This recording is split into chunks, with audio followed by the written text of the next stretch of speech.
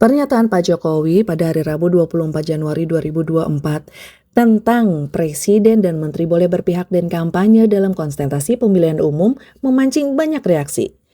Pernyataan ini memang terdengar sangat janggal, karena selama ini kepala negara kita selalu berusaha terlihat netral, walaupun hampir mustahil.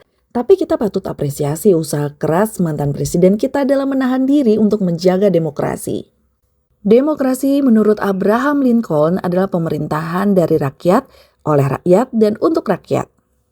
Karena kedaulatan penuh ada di tangan rakyat, rakyatlah yang memilih dan memutuskan. Mereka ingin diwakili dan tunduk kepada siapa dan untuk apa.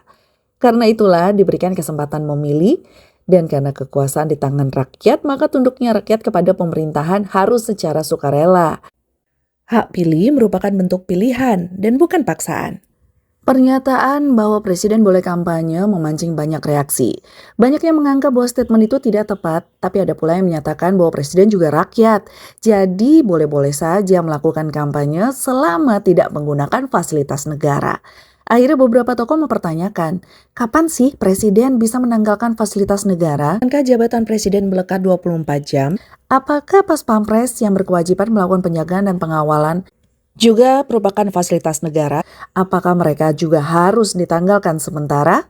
Bagaimana dengan mobil kepresidenan?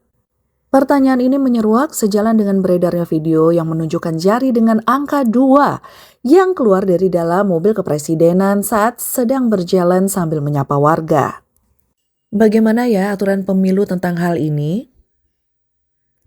Jadi, Indonesia pernah punya perangkat aturan tentang pemilu yang terpisah-pisah, yaitu Undang-Undang Nomor 42 Tahun 2008 tentang Pemilihan Umum Presiden dan Wakil Presiden, Undang-Undang Nomor 15 Tahun 2011 tentang Penyelenggaraan Pemilihan Umum, dan Undang-Undang Nomor 8 Tahun 2012 tentang Pemilihan Umum Anggota Dewan Perwakilan Rakyat, Dewan Perwakilan Daerah, dan Dewan Perwakilan Rakyat Daerah.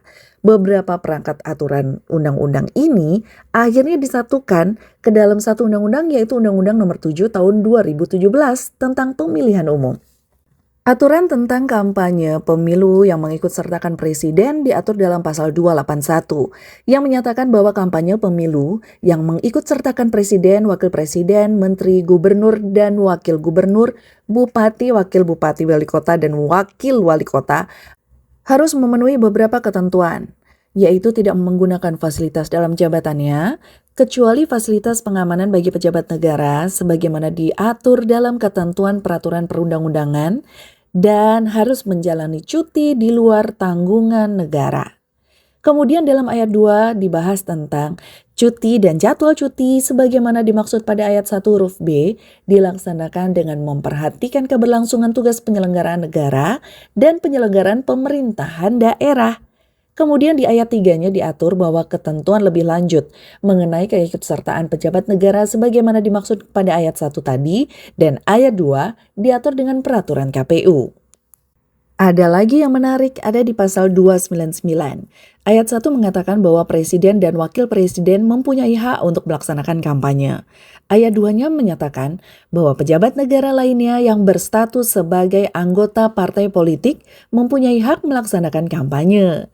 Kemudian ayat 3-nya mengatur bahwa pejabat negara lainnya yang bukan berstatus sebagai anggota partai politik dapat melaksanakan kampanye apabila yang bersangkutan sebagai A. Calon presiden atau calon wakil presiden, B. Anggota tim kampanye yang sudah didaftarkan ke KPU, atau yang ketiga adalah pelaksana kampanye yang sudah didaftarkan ke KPU.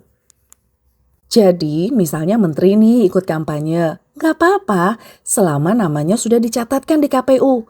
Jadi kalau ada pejabat negara tiba-tiba muncul dan melakukan kampanye, pertanyaannya namanya sudah dicatatkan belum di KPU? Mungkin maksudnya supaya tidak ada konflik kepentingan. Atau aturan ini untuk meminimalisir pejabat yang memanfaatkan kesempatan dalam kesempitan.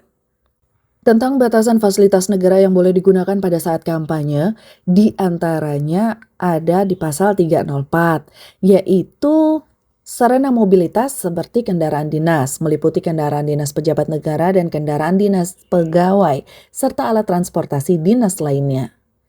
Yang kedua ada gedung kantor, rumah dinas, rumah jabatan milik pemerintah, baik provinsi, kabupaten, dan kota, kecuali daerah terpencil yang pelaksanaannya harus dilakukan dengan memperhatikan prinsip keadilan. Yang ketiga, yang dilarang juga adalah di sarana perkantoran, radio daerah, dan sandi atau telekomunikasi milik pemerintah, provinsi, kabupaten, kota, dan peralatan lainnya. Atau fasilitas lainnya yang dibiayai oleh APBN atau anggaran pendapatan belanja daerah. Pertanyaannya, bagaimana kalau ada yang melanggar? Tenang, kita punya Bawaslu. Bawaslu ini tugasnya melakukan penindakan atas pelanggaran pemilu yang bukan merupakan tindak pidana tapi yang berwenang untuk menerima dan menindaklanjuti laporan yang berkaitan dengan dugaan adanya pelanggaran terhadap pelaksanaan peraturan perundangan mengenai pemilu. Tapi yang aneh nih, Bawaslu itu berkewajiban untuk menyampaikan laporan hasil pengawasannya kepada Presiden dan DPR. Kebayang nggak kalau suatu saat nanti ada presiden atau anggota DPR yang melakukan pelanggaran pemilu? Maka bagaimana ya nasib independensi dari Bawaslu?